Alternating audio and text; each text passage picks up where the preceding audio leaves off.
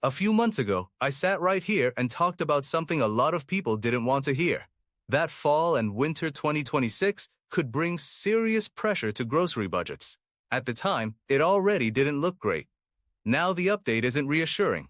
The situation hasn't eased, it hasn't stabilized, it hasn't quietly improved in the background while nobody was looking.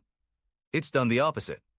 The pressures that were already in motion have continued to build, and new ones have layered on top of them, like stacking weight on a structure that was already under strain.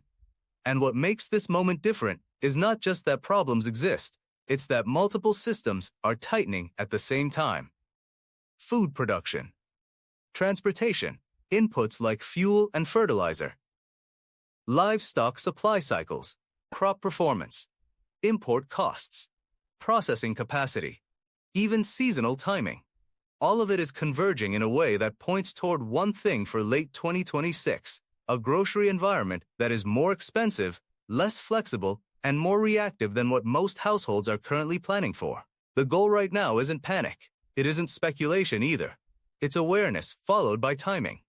Because timing is everything in food economics. And the uncomfortable truth is this: the cheapest window to prepare is already open, but it won't stay open for long.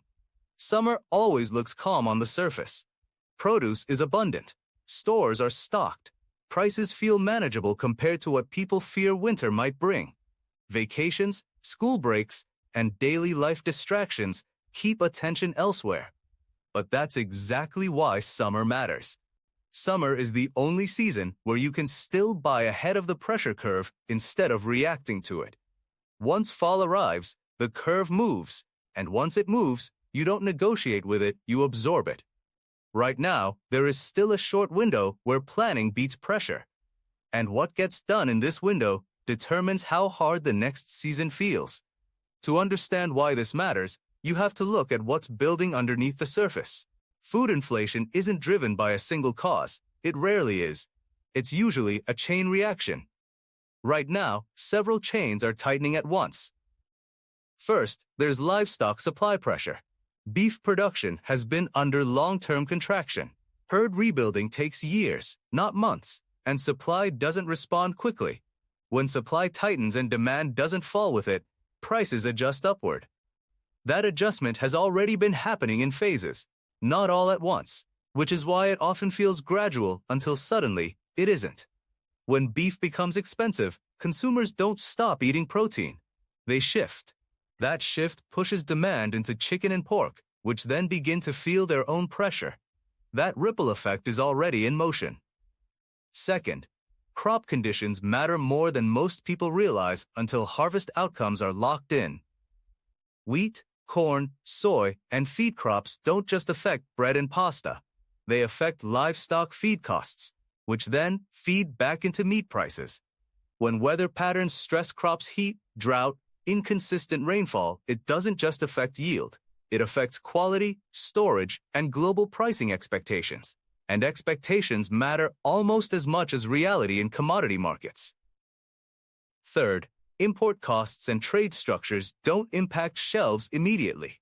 They move through systems slowly. Retailers and suppliers often absorb early cost changes to avoid shocking consumers, but that absorption only lasts so long. Eventually, the costs make it through. That delayed effect is what many people underestimate. There's a lag between policy shifts, global disruptions, and what shows up in a grocery cart.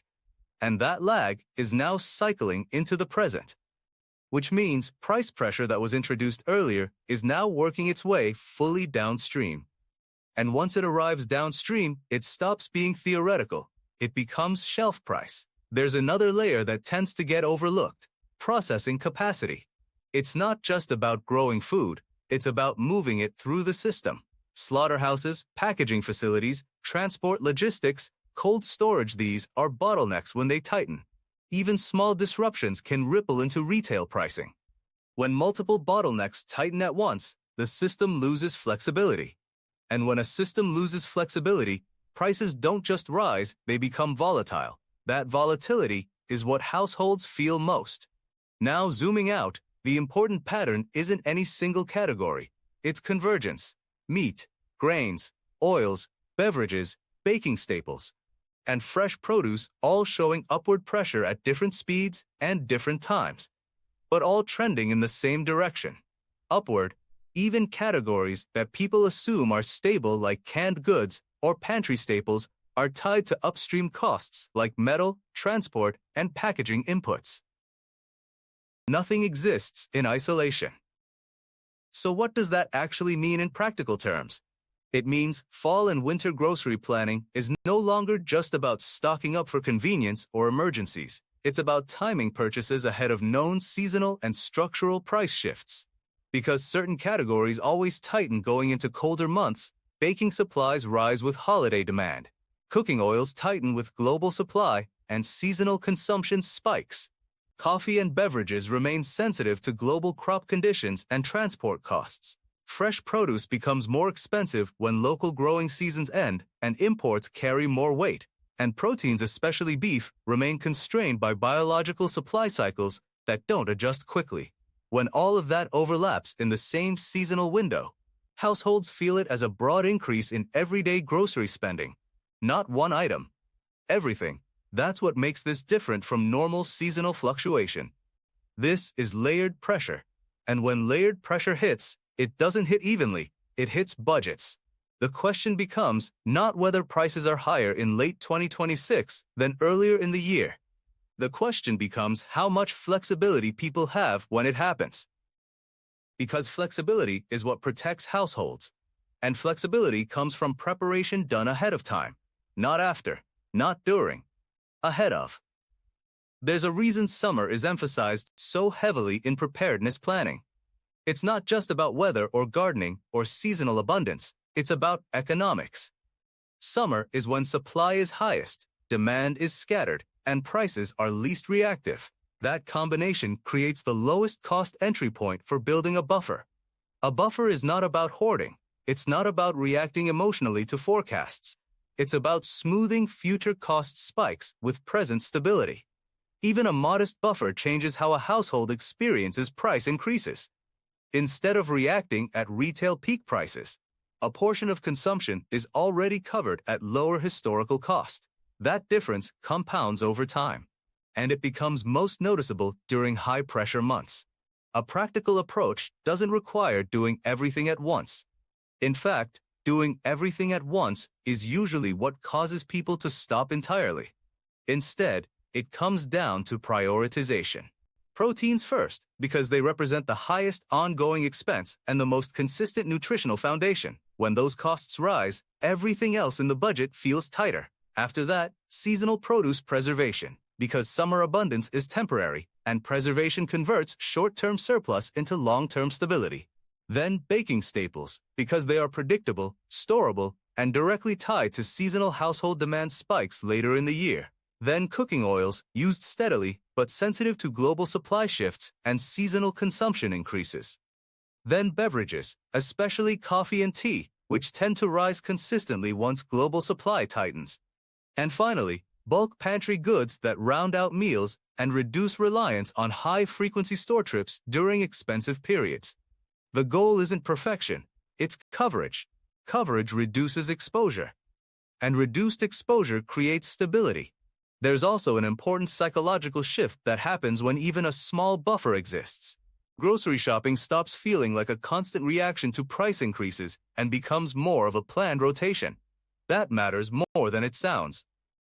Because uncertainty is often more stressful than the expense itself. Now, none of this assumes worst-case scenarios. That's not the point. There are always variables that could soften pressure. Weather could improve. Supply chains could stabilize. Trade dynamics could shift. Harvests could outperform expectations. Those possibilities exist, and they should be acknowledged.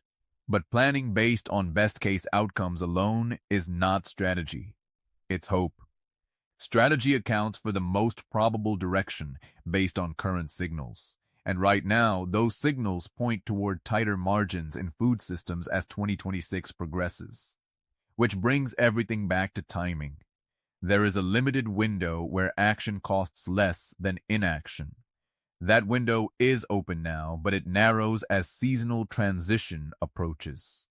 By the time fall pricing fully sets in, the advantage shifts away from planning and toward reaction. And reaction is always more expensive, not just financially, but in options. Fewer choices, higher prices, more urgency. The advantage of acting now isn't about avoiding all future increases. That's not realistic.